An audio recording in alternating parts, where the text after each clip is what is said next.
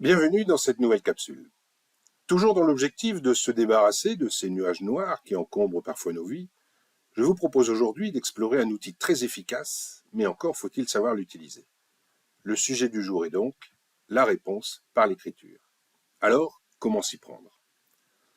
Parfois, il nous arrive de traverser une période où notre énergie est au plus bas.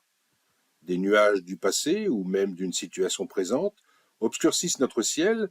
Et même si nos occupations quotidiennes font que nous arrivons à nous y soustraire temporairement, si nous n'en trouvons pas la cause profonde, ils finiront par revenir tôt ou tard.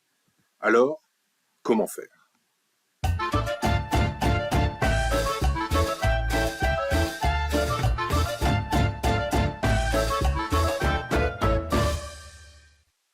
Lorsque ces moments de tristesse nous submergent, nous ressentons un vide, un isolement.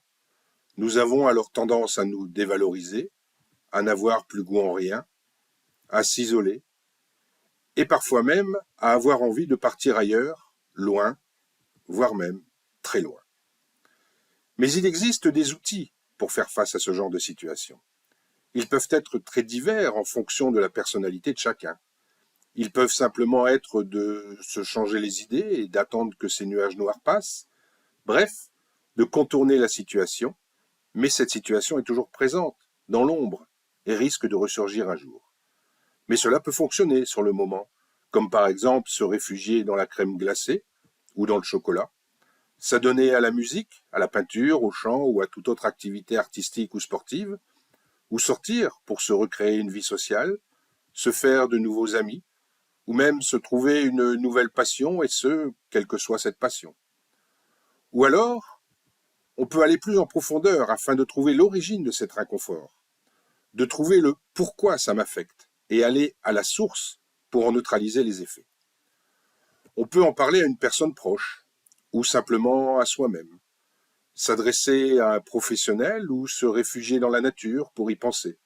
Y faire de longues marches, chose qui est très propice à la réflexion, ou même faire une retraite spirituelle. Mais parmi toutes ces possibilités à notre disposition, il y en a une que je trouve très efficace, c'est celle de l'écriture. Lorsque j'évoque cette voie, on me pose souvent la question « écrire, d'accord, mais écrire quoi ?» La réponse est toute simple, écrire tout ce qui me passe par la tête. Néanmoins, pour vous guider un peu dans votre réflexion, je vous propose cette démarche structurée.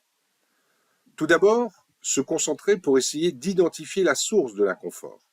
Est-elle émotionnelle, par un souvenir ou une situation du passé? Est-elle matérielle, par une situation actuelle? Est-ce un problème de reconnaissance ou de dévalorisation? Un questionnement, une angoisse? Bref, le premier objectif est d'identifier le contexte général. Ensuite, d'aller plus en profondeur et de répondre à la question « Pourquoi ça m'affecte ?» Si ce n'est pas évident d'y répondre, la réponse viendra peut-être avec le point numéro 3 qui est d'identifier ce que je ressens. Ça peut être une dévalorisation, une incompréhension, de l'isolement, de la solitude, de la trahison, de la tristesse, de la colère, peur, doute, culpabilité. Bref, fouillez au fond de vous pour savoir quelle partie de votre sensibilité est touchée. Toujours plus en profondeur, essayez de comprendre pourquoi vous ressentez ces choses. Est-ce dû à ma personnalité, mon tempérament, ma situation, bref, pourquoi cela m'affecte alors que ça n'aurait quasiment aucun effet sur quelqu'un d'autre? Ensuite, remontons à des choses plus matérielles avec la question « Quelles sont les conséquences de mon état, de ce que je ressens ?» Ceci dans l'éventuelle possibilité d'anticiper les effets. Par exemple, si votre état émotionnel est très sensible à des histoires d'amour, de par une rupture douloureuse dans le passé ou le décès de la personne, eh bien, aussi longtemps que nécessaire, évitez ces situations, les films, les histoires qui abordent ce sujet.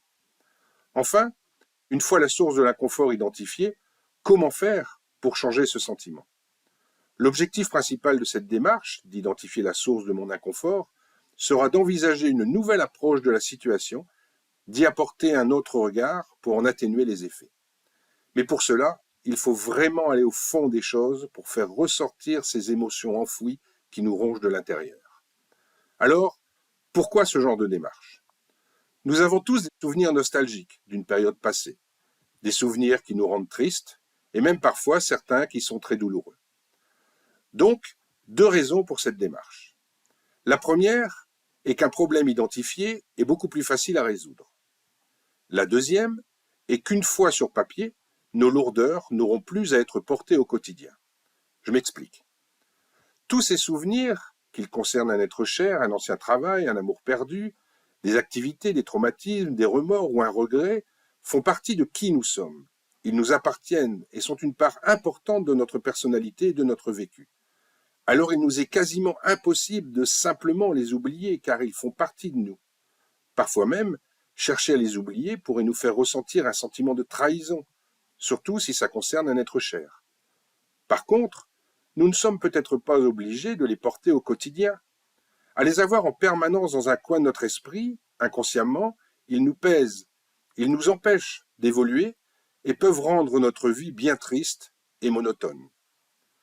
Voilà pourquoi les écrire va alléger notre esprit, car ces choses qui nous affectent ne seront pas perdues ni oubliées, car elles seront sur papier. Elles seront toujours là, quelque part, mais pas dans notre esprit. C'est ce que j'ai appelé le principe de l'étagère.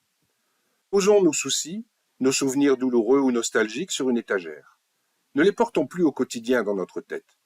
Si nous voulons parfois faire un petit tour dans le passé pour nous rappeler d'un être cher ou d'une situation agréable mais qui nous manque, consacrons-lui un moment. Relisons nos écrits, tout comme nous irions chercher un livre sur l'étagère. Une fois ce moment revécu, redéposons le livre sur l'étagère et repartons l'esprit léger. Voilà pourquoi l'écriture peut être un allié vraiment efficace, car nous ne perdons aucune parcelle de qui nous sommes. Mais nous ne nous imposons pas non plus de les porter au quotidien. De plus, je suis convaincu qu'au travers de vos écrits, vous pourriez découvrir une part de vous-même dont vous ignoriez l'existence. Alors si un jour un cahier vierge vous tend la main, ou simplement une personne à qui raconter ce qu'il y a au plus profond de vous-même et qui pourra vous aider à le décrypter, acceptez-la. En tout cas moi, je vous tends la mienne.